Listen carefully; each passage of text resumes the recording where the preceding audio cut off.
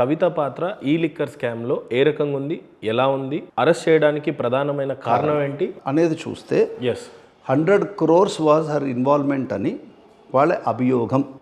ఎక్కడికి వెళ్ళొస్తుంది అభియోగానికి? Confession of Pillai. ఓకే. ఇంకో 2-3 వారి యొక్క అసోసియేట్స్, అండ్ వాళ్ళ అప్రూవల్ అయిన వాళ్ళ అప్రూవల్ అండ్ కన్ఫెషన్. ఎస్. తర్వాత సిసోడియా, మనీష్ సిసోడియా.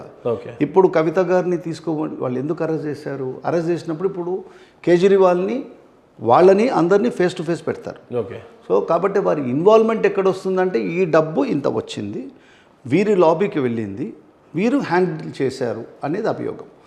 అప్పుడు ఏంటంటే డైరెక్ట్గా మనీ ఉందా అక్కడ?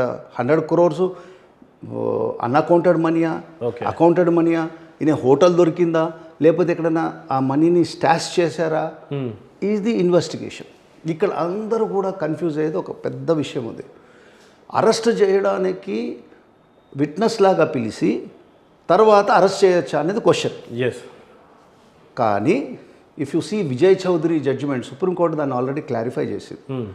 ఈయన పిఎంఎల్ఏ యాక్ట్ అంటే prevention of money laundering act లోపల a person has no constitutional right, he can be compelled to be a witness against himself.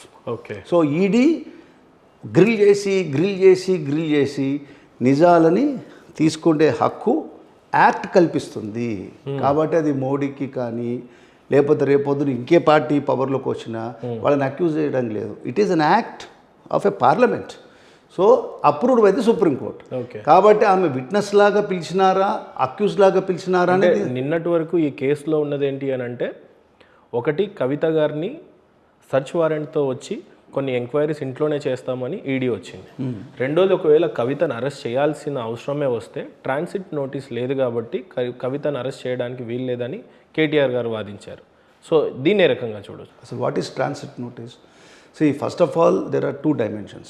If any person is involved in a crime, police or the police kunna power unna authority can arrest a person then and there. Okay. Only thing they have to give a notice. Mem arrest చేస్తున్నాము అని చెప్పి 2 పర్సన్స్కి చేయాలి. Even అట్లా 2 persons చెప్పాల్సిన అవసరం కూడా లేదని చెప్పి ఈడీ యాక్ట్ చెప్తుంది. కాబట్టి anywhere any time A person can be arrested. Okay. ఆమె ఇంతకు ముందు అయితే ఒక్కటి ఏంటంటే నళిని చిదంబరం కేసు లోపల ఉమెన్ కెనాట్ బి అరెస్టెడ్ అనే విషయంలో వాళ్ళు చెప్తున్నారు. ఆ పాయింట్లోనే సుప్రీంకోర్టు కొన్ని రోజులు వాళ్ళకి స్టే గ్రాంట్ చేశారు. తర్వాత దట్ ఆస్పెక్ట్ ఈస్ గాన్. తర్వాత ఇన్వెస్టిగేషన్ చేయమన్నారు. అసలు ఇన్వెస్టిగేషన్ అంటే ఏంటి? దర్యాప్తు అంటే ఏమిటి? Collection of evidence. Collection of evidence ఎలా చేయాలి? 2 సోర్సెస్లో చేస్తారు. ఒకటి ఫ్రమ్ ది ఎక్స్టర్నల్ విట్నెసెస్ ఉన్న సోర్స్లోకి వెళ్ళి చేయడం, రెండోది ఆ పర్సన్ యొక్క కన్ఫెషన్కి వెళ్ళి చేయడం. ఈడీ యాక్ట్లో ఏంటంటే ఆ పర్సన్ని గ్రిల్ చేసేది ఎందుకంటే ట్రైల్డ్ మనీ, ఆ మనీ ఎక్కడ దాచిపెట్టారో వీళ్ళకి తప్పించి ఎవరికి తెలియదు. కాబట్టి it will try to extract the information. ఆ ఎక్స్ట్రాక్ట్ చేస్తున్నప్పుడు ఈడీ ఒక 4-5 టైమ్స్ సమ్మన్స్ ఇచ్చారు. ఆమె ఆన్సర్ ఇచ్చినారో లేదో మనకు తెలియదు. ఇట్స్ స్టాచ్యుటరీ అథారిటీ పవర్ అది. వాళ్ళు అది చేయాలి, మేము అరెస్ట్ చేయాలి అనుకునేటప్పుడు అరెస్ట్ చేయాలి అనే దృష్టే ఉండుంటే, పొలిటికల్ డైమెన్షన్ ఉంటే 4 to 5 టైమ్స్ ఆమెకు ఆపర్చునిటీ ఇవ్వరు. It was a political game plan of Modi. ఆ రోజే కవిత గారిని ఈ లాస్ట్ ఎలక్షన్స్ ముందని అరెస్ట్ చేసి ఉండేవాళ్ళు కదా. అట్స్ పొలిటికల్ డ్యామేజ్ ఫర్ బీజేపీ ఒకవేళ అట్లనే ఉంటాయి. కాబట్టి ఆ దృష్టిలో చూడకూడదు. అసలు దీంట్లో మోడీ గారికి కానీ అమిత్ షాకి కానీ అలా చూడకూడదు. అలా చూడడం మొదలు పెడితే ప్రతి కేసు లోపల స్టేట్ పోలీస్ అయినా, ఇప్పుడు జగన్ గారు అడ్మినిస్ట్రేషన్ ఉంది, పోలీస్ వారు అక్కడ అమరావతి వాళ్ళని కొట్టారు అనుకోండి, ఆ లా అండ్ ఆర్డర్ సిచ్యుయేషన్లో పోలీస్ హ్యావ్ టు కంట్రోల్. వీళ్ళు చెప్తుండొచ్చు, ఇంకా పోలీస్ కానీ ఇంకా యంత్రాంగం కానీ. అంటే ఇక్కడ ప్రధానమైన డౌట్ ఈడీ మీద కానీ లేకపోతే ఇతరత సంస్థల మీద రావడానికి గల ప్రధాన కారణం ఏంటంటే, నిన్న ఫ్రైడే నైట్, ఓకే, అంటే ఈరోజు బెయిల్కి కానీ లేకపోతే కోర్టుకి సబ్మిట్ చేసినప్పుడు సాటర్డే సండే బెయిల్ రావడం చాలా కష్టం కాబట్టి పథకం ప్రకారంగా నైట్ అరెస్ట్ చేశారు అని అంటున్నారు.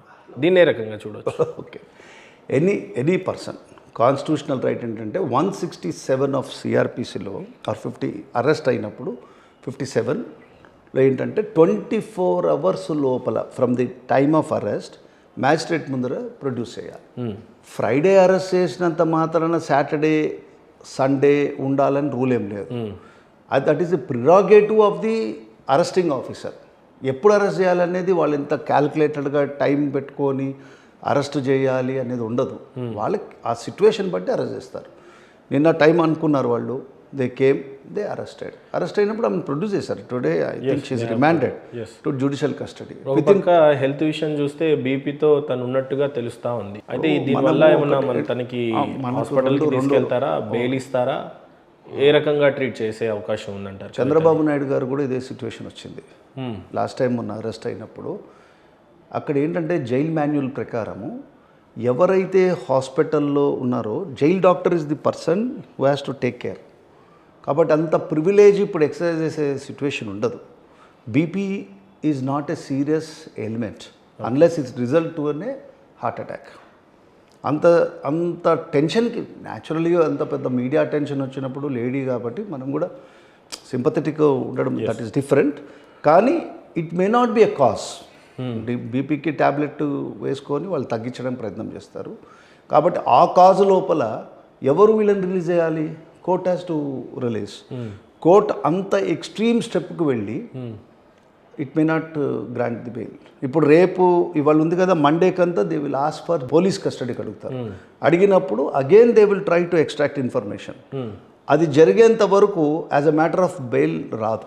ఓకే, ఒక పాసిబిలిటీ ఏంటంటే నళిని చిదంబరం కేసుని దృష్టిలో పెట్టుకొని అక్కడున్న ఆఫీషియల్ అంటే judicial officer special court consider చేయాలంటే చేయొచ్చు. కానీ ఆడ్స్ ఆర్ అగెనెస్ట్. అంత ఈజీగా వచ్చే విషయం ఉండదు. అంటే ఈ కేసులో ఇప్పుడు మండే రోజు కానీ రానున్న రోజుల్లో 1 or 2 డేస్లో కానీ కవితకి తొందరగా బెయిల్ వచ్చే అవకాశాలు కనిపిస్తున్నాయా? కవిత ఇన్వాల్వ్మెంట్ మ్యాక్సిమం ఒకవేళ గ్రౌండ్స్ ఎలా అనిపిస్తున్నాయి? అట్లా మనము ఇప్పుడు అక్కడ ఏంటంటే ఇంకొక ఇంపార్టెంట్ కాన్స్టిట్యూషనల్ పాయింట్ ఒకటి డిస్కస్ చేయాలి మనం. Arnesh Kumar versus state of Bihar అని ఒక జడ్జిమెంట్ వచ్చింది. దాని ప్రకారం ఏంటంటే 7 సంవత్సరాల వరకు ఉన్న కేసెస్ ఇవన్నీ కూడా లైక్ చీటింగ్ కానివ్వండి, ఫోర్జరీ కానివ్వండి, ఇలాంటి offences except some very grave offences of murder అవన్నీ కాకుండా 7 ఏళ్ల వరకు ఉన్నవన్నిటి కూడా పోలీస్కి ఒక ఎక్స్ట్రాడినరీ పవర్ ఇచ్చారు, 41A. ఆ 41A పవర్ వచ్చినప్పటి నుంచి ఏమైపోయిందంటే కోర్ట్స్ బెయిల్ ఇవ్వకుండానే పోలీస్ వాళ్ళు ఎక్సైజ్ చేస్తున్నారు. అది అలవాటైపోయింది జనాలకి. కానీ ఈడీకి it is an exception to the rule. Okay, కాబట్టి ఇప్పుడు అక్కడ ఎప్పుడైతే she is remanded to judicial custody అంటే ఏమిటి, వాళ్ళు they have not exercised power under 41A. నేను అరెస్ట్ చేస్తున్నాము కాబట్టి నేను ఎక్స్ప్లెనేషన్ ఇవ్వమనే ప్రొవిజన్ని తీసేసి section 41 of the criminal procedure code వెళ్ళారు.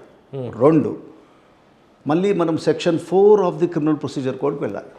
Section 4 of criminal procedure code contains 2 elements. ఒకటి ఏంటంటే ఇండియన్ పీనల్ కోడ్ భారతీయ శిక్షాస్మృతికి సంబంధించిన అఫెన్సెస్